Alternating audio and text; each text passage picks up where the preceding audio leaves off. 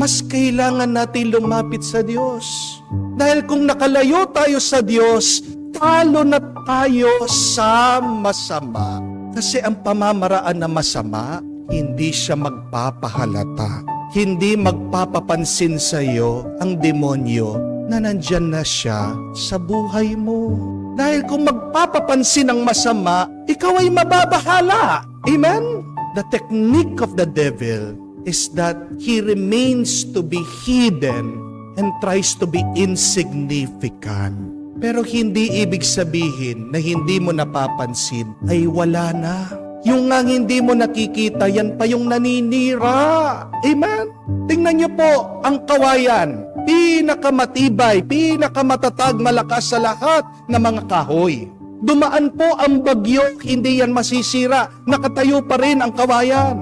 Anong makakasira sa matibay na kawayan?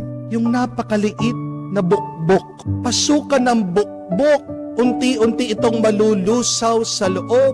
Kaya nga konting ihip ng hangin yan na ay babagsak. Kinakaya ang bagyo.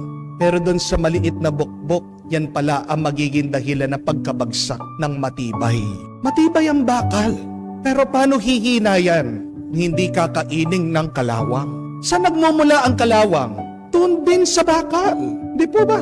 Di ko alam kung nabalitaan nyo. Katapos-tapos pa lang po ng Merkules ng Abo. Dito po sa Bulacan, trahedya. Bumagsak po ang second floor nito simbahan. Habang kumakanta po ang mga choir, nahulog sila. Pagdasal po natin, meron pong isang nasawi, matandang ginang. Nung nag-inspeksyon sila, ano nakita nila? Ang dahilan, bakit humina ang second floor? May anay. Hindi mo naman makikitang anay. Hindi po ba?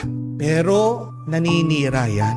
Ganyan din ang demonyo. Kaya nga, sa ating ebanghelyo, dumaan lang na binanggit ang pangalan ng masama. Ayaw magpapansin. Pero nilagay pa rin ng ating ebanghelista para mapaalaala kahit na hindi nagpapapansin, kailangan mulat ka, pansinin mo. Lahat ng mga bisyo nag-uumpisa sa maliit, kaya huwag mong babaliwalain, huwag mong ismulin. Yung mga lulong sa pag-iinom, nag-umpisa lang sa isang baso.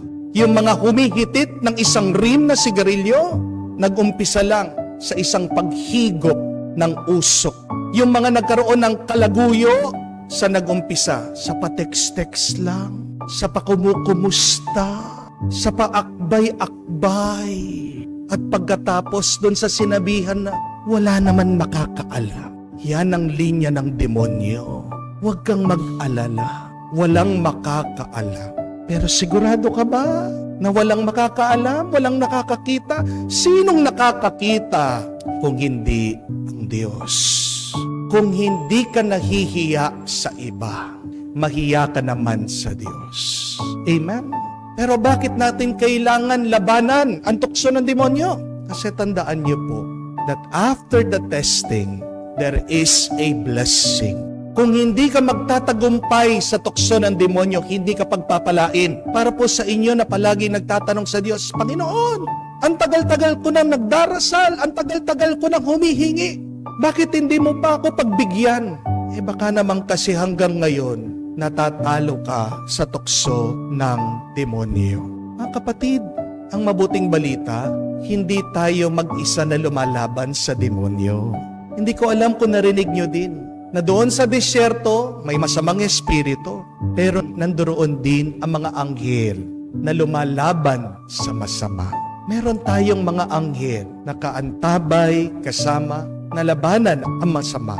Ang tanong, sino ang iyong papansinin? Sino ang iyong susundan? Meron po akong kumpisal sa inyo, ha?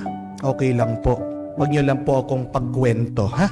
Marami pong nagtatanong sa akin, Father, nanligaw ka ba? Ano po sa tingin ang sagot ko? Ang sagot ko, hindi po ako nanligaw. Akong niligawan. Ang confession ko po ito, ha? Para malinis po ang aking konsensya. Nung nag-aaral po ako sa pagkapari, nagkaroon po ako ng girlfriend. Huli na lang po nalaman ng mga magulang ko yan. Tinago ko. Hindi ko ba alam paano ako nagkaroon ng girlfriend? Sabi ko nga sa inyo, ako niligawan. Nagising na lang ako isang umaga. Tinatawag na akong mahal ng isang babae. total nandiyan na rin, sige, tinuloy ko na, no? At nung minsan, kami po ay nasa sinehan. Anong ginagawa po namin doon? Siyempre, nagro-rosaryo, no? Ano bang gagawin mo sa sinehan? Siyempre, magde-date, no? Nagde-date po kami. Hindi ko po makalimutan. Sinabihan ako ng aking girlfriend, alam ko naman nagpapari ka. Alam ko, pipiliin mo ang Diyos kesa sa akin. Pero ito lang yung request ko. Bago ka magpari, bago ka magpa-ordain, bigyan mo lang ako ng anak. Sabi po niya. Natigilan po ako. Yun po yung pinakamalaking tukso, pagsubok sa buhay ko.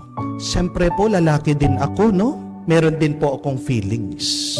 Pero salamat sa Diyos, hindi ko po sinundan yung gusto niya. Salamat sa Diyos, hindi ako nahulog sa tukso. Bakit? Kasi huminto po ako, nagdasal, nanalangin, at nag-isip. Ano po ang inisip ko? Kung magpapahulog ako dito sa tukso, ano kaya yung sisirain kong kinabukasan? Sisirain ko yung kinabukasan ko? At kung magkakaroon ako ng anak, yung buhay ng magiging anak ko, hindi magiging normal dahil yung tatay niya, hindi man niya mapagmalaki, tinatago siya, pari. Naisip ko po yun. At tinanggihan ko po yung aking girlfriend. Yun po yung dahilan bakit nagkahiwalay kami. Kasi kung pagpapatuloy ko po, siguradong sigurado, magkakaanak ako. Totoo po ang tukso sa ating lahat, lalong-lalo na sa mga malalapit sa Diyos. Tandaan niyo po yan, ha? Habang lumalapit ka sa Diyos, lalong lumalakas ang tukso. Yung mga hindi na lumalapit sa Diyos, hindi natutuksohin yan. Bakit? Kasi nahulog na sila sa masama. Tandaan niyo po yun. Pero bakit kailangan mo pa rin makipagbuno, makilaban sa tukso sa masama? Kasi tandaan mo, pagkatapos mong mapagtagumpayan ang tukso ng demonyo, may naghihintay na pagpapala sa iyo. Sabi po nila, it only takes 7 seconds to make a decision in life. Ganun po kabilis. Gumawa ka ng mabuting desisyon, masamang desisyon, it only takes 7 seconds. Hari nawa, dun sa 7 segundong yon, magdasal ka, manalangin ka, magmuni ka, mag-isip ka. Ano ba ang sisiraing mong kinabukasan kung magpapahulog ka sa tukso ng demonyo? Mga kapatid, matalino ang masama. Mas matalino sa iyo. Matyaga ang masama, hindi titigil yan. Pero hindi siya makapangyarihan. Sinong mas makapangyarihan? Ang Diyos. Kung tayo ay haharap sa tukso, ang mabuting balita. Nandyan si Jesus, nandyan ang Banal na Espiritu, at napakaraming mga anghel na nagbabantay, nagagabay sa atin. Ang tanong lang, sino ang iyong pakikinggan? Sino ang iyong susundan?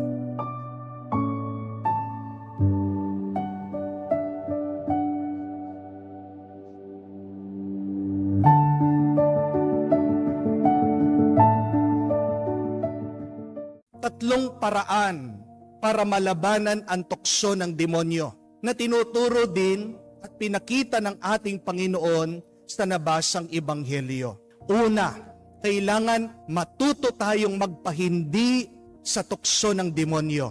Learn to say no to the devil. Hindi lahat ng sasabihin ng demonyo o nararamdaman natin kailangan tayo ay sumunod at gawin sa ating buhay. Tingnan niyo po kung anong ginawa ng ating Panginoon. Ano man ang sabihin ng demonyo, hindi siya nakikinig, hindi niya sinusundan. Siya'y nagpahindi. Jesus said no 3 times to the temptation of the devil. Pag hindi tayo nagpahindi, yan yung bitag ng demonyo. Tanong ko po sa inyo, pag kayo po ay kumuha ng palaka, at itinapon niyo po sa kumukulong tubig, ano po mangyayari doon sa palaka? Di ba po, lulundag? Dahil ito po ay mapapasok. Pero kung kukuha ka ng buhay na palaka, ilalagay mo sa tubig na malamig, at paunti-unti, sisindihan mo yung apoy, paiinitin.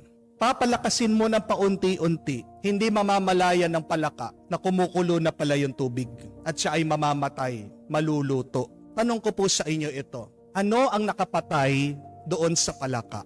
Yung po bang kumukulong tubig? Hindi po, di ba? ang nakapatay sa palaka ay yung kahit na nararamdaman niya na kumukulo, nasasaktan siya, hindi pa rin siya lumundag.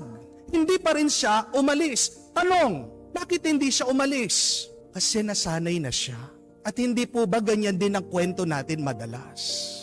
Ang tukso, ang masama, hindi ka naman uumpisahan yan sa mga malalaking bagay. Kasi matatakot ka eh. Inuumpisahan tayo ng masama sa mga maliliit na tukso, maliliit na kasalanan. Yung mga mahihilig pong manigarilyo sa inyo, paano kayo nag-umpisa sa paninigarilyo? Hindi po ba sa paisa-isang stick? Amen? Yung mga mahilig na umiinom sa inyo, paano kayo nag-umpisang uminom? Hindi ba sa tigi-isang baso lang? Tigi-isang bote? Di po ba? Ay yung mga lulong na sa pagsusugal, paano nag-umpisa? Nakakita lang ng online games. Ano sinabi? 5 piso lang naman. Katuwaan lang naman. Pampalipas oras lang naman. Natatalo. Tigli 5 piso. 10 piso para makabawi ako. Natatalo pa rin. 10 piso. 20 pesos. Naging 50 pesos. Naging 100 pesos. Naging 1,000 pesos hanggang nabigla na. Aba, tig 50,000 pesos, 100,000 pesos ng binebet. Dahil palaging talo ang nasa isip niya, kailangan kong bumawi. Sayang ang pera. Hanggang nabigla na lang, baon na sa pagkautang, baon na dahil sa bisyo ng sugal. Amen? Saan nag-umpisa? Doon sa tigpipiso-piso lang. Paunti-unti. Ganyan din po, yung mga nangaliwa, yung mga hindi naging tapat sa kanilang asawa. Paano nag-umpisa? Tingnan niyo po kung anong kwento. Nag-umpisa sa text. Di po ba? Kinukumusta ng ibang babae? Ginu-good evening? Ginu-good night? Tinetext ng Japan. Alam niyo yung Japan? Just always pray at night. Tapos ng Japan, meron ng Italy. Alam niyo yung Italy? I trust and love you. Tinetext na, kumusta ka na? Tapos nag-reply naman si lalaki, ito nag-away kami ng asawa ko. Magre-reply naman, hindi kasi alam ng asawa mo kung gaano ka ka-sweet, kung gaano ka kabait. Buti na lang ako na-appreciate kita. Gusto mo ba magkape tayong dalawa? Ayun. Pagkatapos ng text, pagkakape. Pagkatapos ng pagkakape, restaurant. Pagkatapos sa restaurant, mall muna. Kayo naman, gusto nyo hotel agad? Diba? Magmo-mall muna yan. Pagkatapos sa Luneta, sa park. Pagkatapos doon muna sila. Sa sasakyan, sila lang dalawa. Pagkatapos sa sasakyan, yun, sa motel na. Aba, tumaas na yung taste. Hindi na lang motel, hotel na. Hindi lang hotel, tumaas na, nag-upgrade na, nag-ibang bansa. Bato-bato sa langit, ang tamaan, wag magagalit. Hanggang pag nalaman ng misis,ag-away, saan nagumpisa? Di ba sa pa-text-text lang? Bakit naging malala? Bakit naging grabe? Kasi hindi natutong magpahindi. Sige lang ng sige. Oo lang ng oo. Tignan niyo po kung gaano kahalaga ang pagsasabi na hindi, tama na sa tukso ng masama. That is the number 1 way to fight temptation. Say no always to the devil. Pero pangalawa, alamin mo ang salita ng Diyos. Wala kang paglaban sa tukso ng demonyo kung hindi mo alam ang salita ng Diyos. Tingnan niyo po ang ating Panginoon. Bawat tukso ng demonyo, meron siyang sagot. At saan nagmumula ang sagot niya? Sabi ng ating Panginoon, ayon sa kasulatan, may panlaban si Jesus. Saan galing? Sa banal na kasulatan. Tanong ko po sa inyo, anong alam niyo sa Biblia? Kung minsan totoo po ang paratang ng mga kapatid nating Kristiyano. Tayo mga Katoliko, wala tayong kaalam-alam sa Biblia. Tayo mga Katoliko, kakaunti ang alam natin sa Biblia. Palagi tayong nagsisimba, marami tayong tradisyon, pero ang nakakalimutan natin, napaka-importante, ang salita ng Diyos. Dahil kung wala ang salita ng Diyos sa iyong isip at puso, makakapasok ang masama, wala kang panlaban sa Kanya. Pero alam niyo po, kung marunong lang kayong magdasal ng Ama namin at ng Aba Ginong Maria, may alam na kayo tungkol sa Biblia. Amen? Dahil yung dalawang panalangin na yon, the Our Father and the Hail Mary, are biblical. Mababasa niyo po yon sa Mabuting Balita. Pero nakakalungkot na kwento, ang dami ko pong mga kinakasal ngayon. Pag ini-interview po namin sila, isa sa tanong namin sa kanila, ano yung dasal na alam niyo? Tatanungin po namin at mabibigla po kayo. Wala silang alam na dasal. Kahit na ama namin, kahit na Abaginong Maria, walang alam na dasal. No wonder, ngayon ko na po napagtanto, ang daming hindi nagtatagal sa kanilang pagsasama. Ang daming mga nag-aaway, ang daming naghihiwalay. Bakit? Hindi nagdarasal eh. Lalong-lalo na ang kanilang pagdarasal hindi nakaugat sa banal na kasulatan. Paano linalalabanan ang masama kung hindi sila nagdadasal? Lalong-lalo na, wala po sila alam sa salita ng Diyos.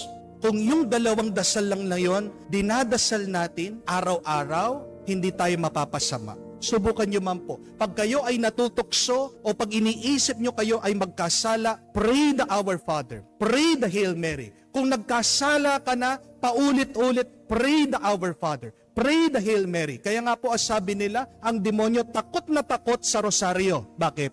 Paulit-ulit mo sinasabi. Yung ama namin at saka Abaginong Maria. Araw-araw natin dasalin galing sa salita ng Diyos. Malalabanan mo ang tukso ng demonyo. Amen? But third and lastly, panghuli, kailangan matuto tayong sumunod sa Diyos. Say yes to God. Alam ko po, napakahirap sumunod sa kagustuhan ng Diyos. Dahil ang kagustuhan ng Diyos madalas, mahirap.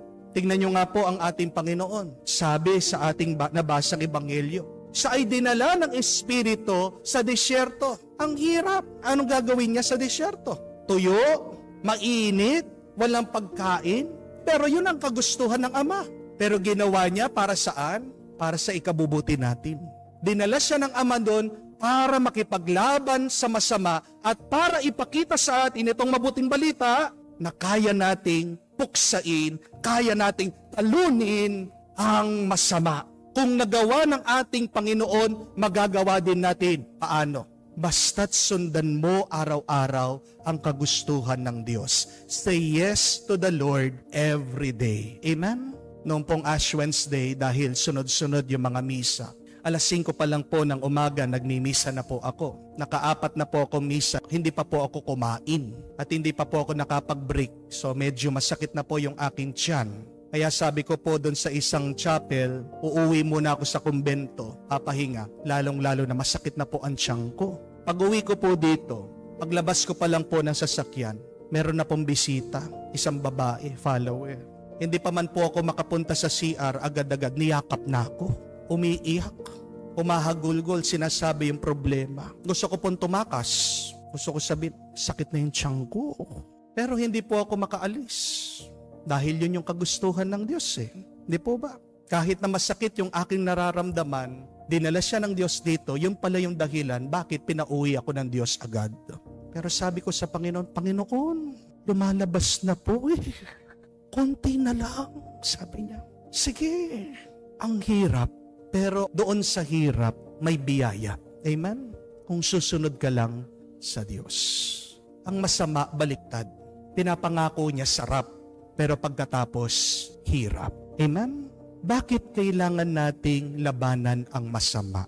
Ang tukso ng demonyo. Ito po yung tandaan niyo. Dahil pag hindi mo nilabanan ang masama, nagiging kang masama. Pag hindi mo nilabanan ang tukso ng demonyo, nagkakaroon ng laman ang masama sa iyong pagkatao. At ito po yung tanong ko sa inyo. Sino ang namako kay Kristo sa krus? Who crucified Jesus on the cross? Ang demonyo po ba o ang tao? Diba ang tao? Ang tanong, bakit niya pinako ang isang napakabait, napakabuting tao? Isang taong nagmimilagro, isang taong tumutulong sa kanyang mga kapwa, isang taong walang pagnanais kung hindi maligtas ang iba. Dahil ang mga tao masama. See? Kung naging masama ka, makakasakit ka ng iba. Kung pinapabayaan mong maghari ang masama, hanggang ngayon, nagiging instrumento ka ng demonyo para hanggang ngayon, ipako mo pa rin si Kristo sa krus at hindi mo alam, ikaw din na nagiging dahilan ng sakit hapdi at paghihirap ng iba. Kaya napakahalaga na labanan natin ang tukso ng demonyo para maiwasan natin na ikalat ang hapdi, ang sakit, ang kasamaan sa iba at maging daan tayo ng kaligtasan, ng kapayapaan at ng kabutihan sa ibang tao. Hilingin natin sa Diyos, bigyan tayong lakas, magpahindi sa masama, alamin ang salita ng Diyos at palaging sumunod sa ating Ama.